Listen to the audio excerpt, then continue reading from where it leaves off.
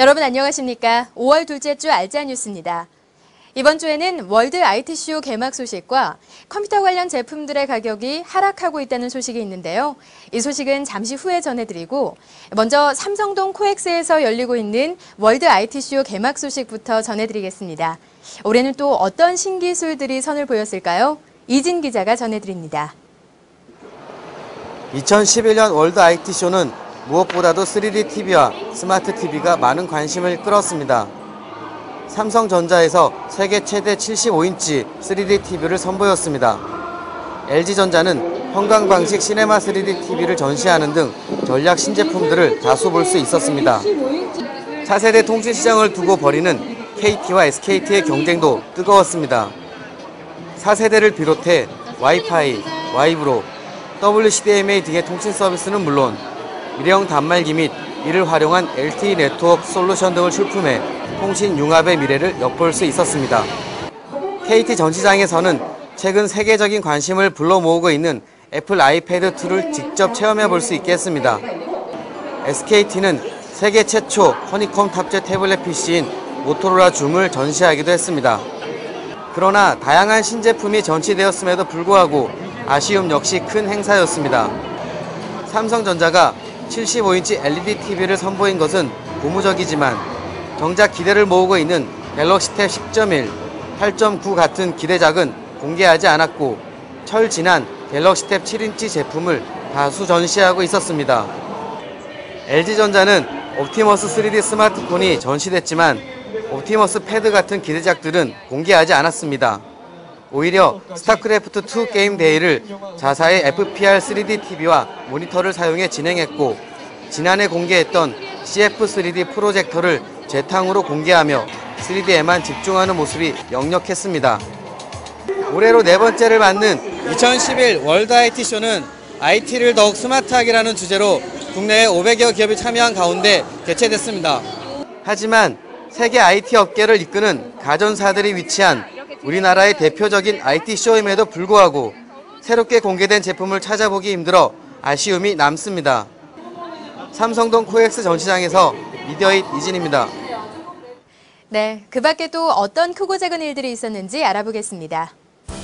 스마트폰이나 태블릿 PC 등 모바일 분야에서는 ARM 진영에 밀렸던 인텔의 프로세서 기반 태블릿 PC가 이달 중으로 공개될 예정인 가운데 국내 모바일 시장에서도 관련 제품이 잇따라 출시될 예정이어서 인텔의 반격이 본격화될 것으로 보입니다.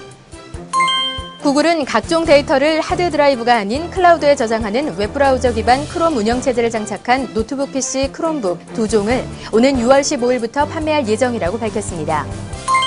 애플의 아이패드2가 물량 부족 현상을 겪고 있는 가운데 삼성전자의 갤럭시 탭 10.1인치 모델이 출시 일정을 앞당겨 빠르면 이달 말 출시할 예정이어서 아이패드2와의 판매 경쟁에 관심이 모아지고 있습니다. SK텔레콤의 하성민 사장은 지난 11일 코엑스에서 열린 월드 IT쇼 행사장에서 기자들과 만나 최근 폐지 논란에 휩싸인 무제한 요금제는 계속 유지할 것이라고 입장을 밝혔습니다. 이동통신업계에 따르면 이동통신사별로 따로 설치해 사용 중인 와이파이를 이통사 구분 없이 함께 쓰는 방안을 적극 고려하고 있다고 합니다.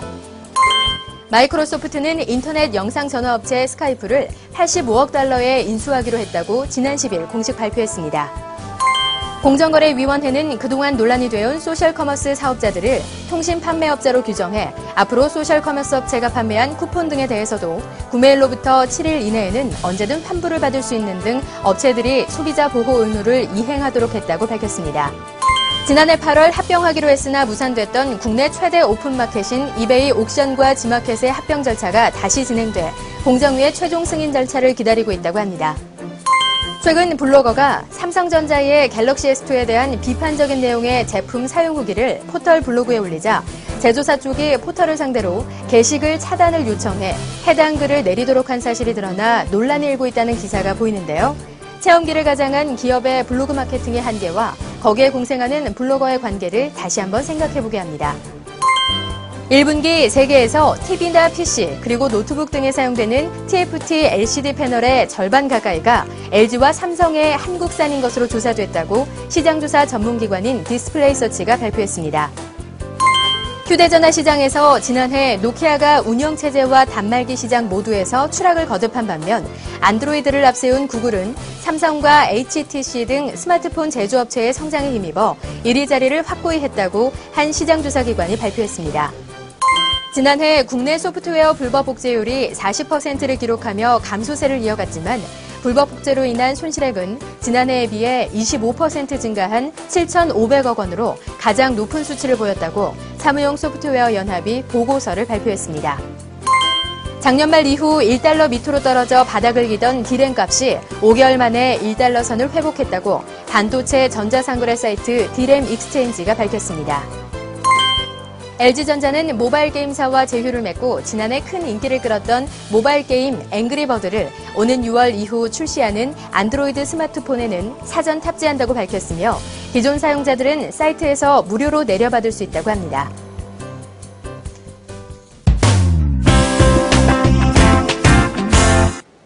앞서 말씀드린 것과 같이 이번 시간에는 소비자 물가는 고공행진을 하고 있는 가운데 컴퓨터 관련 제품들의 가격은 반대로 하락을 하고 있다고 하는데요. 어찌된 일인지 홍진욱 기자가 전해드립니다. 최근 들어 소비자 물가는 올라가고 있는 데 비해 컴퓨터 관련 제품들의 가격은 오히려 떨어지고 있습니다. 특히 메모리를 비롯한 그래픽카드와 모니터, 하드디스크, CPU의 가격이 꾸준한 하향세를 보이고 있는데요. 이 중 가장 눈에 띄는 제품으로는 메모리와 그래픽카드를 꼽을 수 있습니다. DDR3 2GB형 메모리의 이달 평균 구매 가격은 21,600원으로 작년에 비해 64%나 떨어졌습니다. 지난 3월 일본 지진으로 인해 소폭 상승세를 보였던 것을 제외하면 꾸준한 하락세를 보이고 있습니다. 그래픽카드 역시 마찬가지입니다. 불과 한두 달 전까지만 하더라도 20만 원이 넘었던 AMD 라데온 HD 6850 시리즈 제품이 현재 대부분 10만 원대에 판매되고 있으며 이 밖에 상당수의 중고급형 AMD 그래픽카드 가격이 평균 10% 정도 하락세를 보이고 있습니다. 다른 PC 관련 제품 역시 마찬가지입니다. 모니터의 경우 27인치 IPS 패널 모니터가 연초 대비 평균 14% 정도 하락했으며 24인치 TN 패널 모니터는 15%, 23인치 TN 패널 모니터는 8% 정도 떨어졌습니다.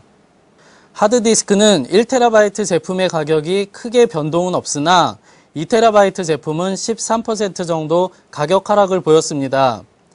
CPU도 인텔의 2세대 코어 프로세서의 가격이 점차 안정화되면서 5%에서 10% 수준의 하락폭을 보이고 있습니다. 이렇듯 PC 부품의 가격이 떨어진 원인으로는 신제품의 출시와 업체 간의 과잉 경쟁, 그리고 환율 하락 등을 원인으로 꼽을 수 있는데요.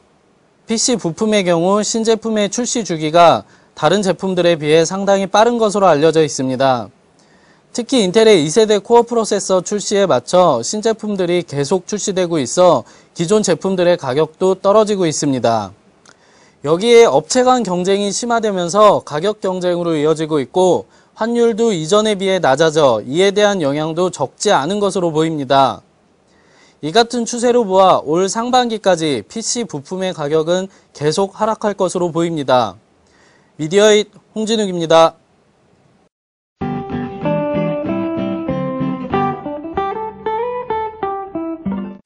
아수스의 국내 유통사 아이보라는 인텔 Z68 칩셋을 탑재한 메인보드를 출시합니다. 이 제품은 아수스의 다른 P67 시리즈 메인보드와 같이 듀얼 인텔리전트 프로세서가 탑재돼 낮은 전력을 소모하면서도 자동으로 그래픽을 변환시켜주는 소프트웨어가 탑재됐습니다. 로지텍 코리아는 긴 배터리 수명의 무선 키보드를 출시했습니다. 이 제품은 고급 무선 연결 기술을 적용해 최대 10m까지 끊김없는 연결을 제공합니다. 또한 최대 24개월의 배터리 수명으로 잦은 배터리 교체의 번거로움을 줄였고 사용하지 않을 땐 대기 모드로 자동 전환돼 효율적인 에너지 관리가 가능합니다. PC 스피커 전문 회사 브릿지는 멀티미디어 스피커를 출시했습니다. 심플한 느낌을 살린 이 제품은 노이즈를 최소화한 회로 설계로 잡음 없이 선명한 음질을 즐길 수 있습니다. 또한 중저음이 강화된 고성능 유닛을 탑재해 보다 박진감 넘치는 사운드를 제공합니다. 5월 둘째 주 알짜 뉴스는 여기까지입니다. 저는 다음 시간에 더 알찬 소식 들고 찾아뵙겠습니다. 여러분 고맙습니다.